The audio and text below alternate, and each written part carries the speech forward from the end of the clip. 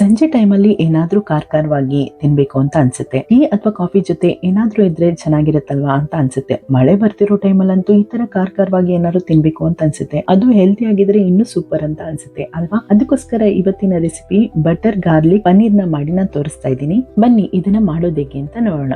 ಮೊದಲಿಗೆ ಒಂದು ಪಾತ್ರೆ ತಗೊಂಡಿದ್ದೀನಿ. ಇದಕ್ಕೆ ನಾನು ಸ್ವಲ್ಪ ಪನ್ನೀರ್ನ ತಗೊಂಡಿದ್ದೀನಿ. ನಿಮ್ಗೆ ಎಷ್ಟು ಬೇಕು ಅಷ್ಟು ಪನ್ನೀರ್ನ ತಗೊಂಡು ಈ ರೀತಿ ಕ್ಯೂಬ್ ತರ ಕಟ್ ಮಾಡಿ ಇಟ್ಕೋಬೇಕು. ಇವಾಗ ಅದನ್ನೆಲ್ಲ ಒಂದು ಬೌಲ್ಗೆ ಹಾಕೊಳ್ತಾ ಇದ್ದೀನಿ. ನೆಕ್ಸ್ಟ್ ಇದಕ್ಕೆ 1 ಟೇಬಲ್ ಸ್ಪೂನ್ ಆಗುವಷ್ಟು ಕಾರ್ನ್ಫ್ಲೋರ್ನ ಹಾಕೊಳ್ಳಿ. ಹಾಗೆ ನಿಮ್ಮ ಖಾರಕ್ಕೆ ಅನುಗುಣವಾಗಿ ಸ್ವಲ್ಪ ಅಚ್ಕಾರದ ಪುಡಿನ ಹಾಕೊಳ್ಳಿ. ಹಾಗೆ ರುಚಿಗೆ ಅನುಗುಣವಾಗಿ ಸ್ವಲ್ಪ ಉಪ್ಪನ್ನ ಹಾಕೊಳ್ತಾ ಇದ್ದೀನಿ. ಇವಾಗ ಇದನ್ನ ನೀಟಾಗಿ ಮಿಕ್ಸ್ ಮಾಡ್ಕೊಳ್ಳಿ. ಪನ್ನೀರ್ಗೆ ಕಾರ್ನ್ಫ್ಲೋರ್ ಆಗ್ಲಿ, ಉಪ್ಪಾಗ್ಲಿ ಮತ್ತೆ ಖಾರ ಆಗ್ಲಿ ನೀಟಾಗಿ ಹಿಡಿಬೇಕು. ಆ ತರ ನೀಟಾಗಿ ಈ ತರ ಮಿಕ್ಸ್ ಮಾಡ್ಕೊಂಡು ಇವಾಗ ಸ್ವಲ್ಪ ನೀರನ್ನ ಸ್ಪ್ರಿಂಕಲ್ ಮಾಡ್ಕೊಳ್ಳಿ. ಜಾಸ್ತಿ ಬೇಡ, ಒಂದು 3 ರಿಂದ 4 ಟೇಬಲ್ ಸ್ಪೂನ್ ಆದ್ರೆ ಸಾಕು. ಜಸ್ಟ್ ನಾನು ಸ್ಪೂನ್ ಅಳತೆಯಲ್ಲಿ ಹೇಳ್ತಾ ಇದ್ದೀನಿ. ಈ ತರ ಹಾಕೊಂಡು ಚೆನ್ನಾಗಿ ಮಿಕ್ಸ್ ಮಾಡ್ಕೊಳ್ಳಿ. ಚೆನ್ನಾಗಿ ಕೋಟಿಂಗ್ ಆಗುತ್ತೆ ನೋಡಿ, ಈ ರೀತಿ ಆಗ್ಬೇಕು. ಇವಾಗ ಇದನ್ನ ಪಕ್ಕಕ್ಕೆ ಎತ್ತಿಟ್ಕೊಳ್ಳೋಣ. ನೆಕ್ಸ್ಟ್ ಒಲೆ ಮೇಲೆ ಒಂದು ಪ್ಯಾನ್ ಅನ್ನ ಇಟ್ಕೊಂಡು ಅದಕ್ಕೆ ಒಂದು 3 ರಿಂದ 4 ಟೇಬಲ್ ಸ್ಪೂನ್ ಆಗುವಷ್ಟು ಎಣ್ಣೆ ಹಾಕೊಳ್ಳೋಣ. ಇದಕ್ಕೆ ಡೀಪ್ ಫ್ರೈ ಏನ್ ಬೇಡ, ಸ್ವಲ್ಪ ತವಾದಲ್ಲೇ ಫ್ರೈ ಮಾಡಿದ್ರೆ ಸಾಕು.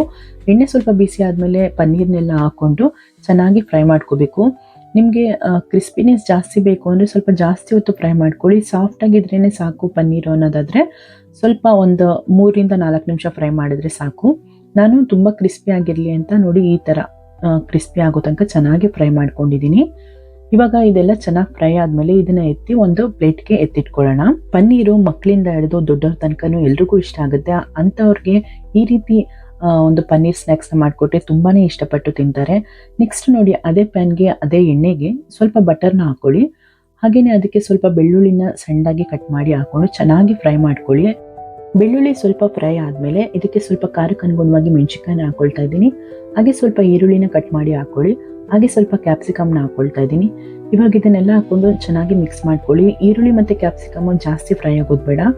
ಜಾಸ್ತಿ ಫ್ರೈ ಮಾಡ್ತಾ ಇದ್ರೆ ಅದು ತುಂಬಾ ಸಾಫ್ಟ್ ಆಗಿಬಿಡುತ್ತೆ. ಇವಾಗ ಇದಕ್ಕೆ ಸ್ವಲ್ಪ ರುಚಿಗೆ ತಕ್ಕಷ್ಟು ಉಪ್ಪು ಹಾಕೊಳ್ತಾ ಇದ್ದೀನಿ. ಹಾಗೆ ಸ್ವಲ್ಪ ಪೆಪ್ಪರ್ನ ಹಾಕೊಳ್ತಾ ಇದ್ದೀನಿ. ನೋಡ್ಕೊಂಡು ಹಾಕೊಳ್ಳಿ ನಿಮ್ಮ ಖಾರಕ್ಕೆ ಅನುಗುಣವಾಗಿ. ಸೊ ಇದನ್ನೆಲ್ಲ ಹಾಕೊಂಡು ಒಂದು ನೀಟಾಗಿ ಮಿಕ್ಸ್ನ ಕೊಟ್ಕೊಳ್ಳಿ. ನೆಕ್ಸ್ಟ್ ನಾವು ಪನ್ನೀರ್ನ ಫ್ರೈ ಮಾಡಿ ಇಟ್ಕೊಂಡಿದ್ವಲ್ಲ ಅದನ್ನ ಆ್ಯಡ್ ಮಾಡ್ಕೊಳ್ತಾ ಇದ್ದೀನಿ. ಇದನ್ನ ಆ್ಯಡ್ ಮಾಡಿಕೊಂಡು ಒಂದು ನೀಟಾಗಿ ಮಿಕ್ಸ್ನ ಕೊಟ್ಕೊಳ್ಳಿ. ಚೆನ್ನಾಗಿ ಮಿಕ್ಸ್ ಆಗಬೇಕು. ಆ ಉಪ್ಪು, ಖಾರ ಹಾಗೆ ಕ್ಯಾಪ್ಸಿಕಮ್ಮು, ಈರುಳ್ಳಿ ಎಲ್ಲ ಚೆನ್ನಾಗಿ ಮಿಕ್ಸ್ ಆಗಬೇಕು.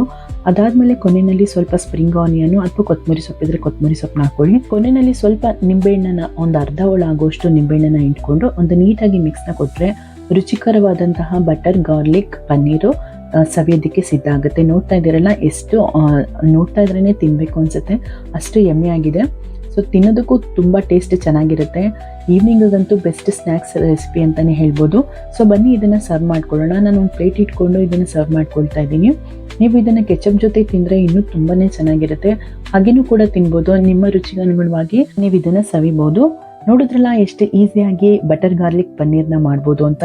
ಸೊ ಮತ್ತೆ ತಡ, ನೀವು ಕೂಡ ಒಂದ್ಸಲಿ ಟ್ರೈ ಮಾಡಿ ರುಚಿ ಹೇಗಿತ್ತು ಅಂತ ಕಮೆಂಟ್ನಲ್ಲಿ ನನಗೆ ತಿಳಿಸೋದನ್ನ ಮರಿಬೇಡಿ. ಓಕೆ, ನಾನು ಮುಂದಿನ ವಿಡಿಯೋದಲ್ಲಿ ನಿಮಗೆ ಮತ್ತೆ ಸಿಗ್ತೀನಿ. ಇಷ್ಟೊತ್ತು ವಿಡಿಯೋ ನೋಡಿದ್ದಕ್ಕೆ ಎಲ್ರಿಗೂ ತುಂಬಾನೇ ಧನ್ಯವಾದಗಳು. ವಿಡಿಯೋ ಇಷ್ಟ ಆಗಿದ್ರೆ ಪ್ಲೀಸ್ ಲೈಕ್ ಮಾಡಿ, ಶೇರ್ ಮಾಡಿ, ಹಾಗೆ ಕಮೆಂಟ್ ಮಾಡಿ. ಸಬ್ಸ್ಕ್ರೈಬ್ ಆಗೋದಂತೂ ಮರಿಬೇಡಿ. ಪಕ್ಕದಲ್ಲಿರುವಂತಹ ಬೆಲ್ ಐಕನ್ನ ಪ್ರೆಸ್ ಮಾಡಿ. ನಾನು ಮುಂದೆ ಹಾಕೋ ಎಲ್ಲಾ ವಿಡಿಯೋಗಳ ನೋಟಿಫಿಕೇಶನ್ ನಿಮಗೆ ಬಂದು ತಲುಪುತ್ತೆ. ಬಾಯ್.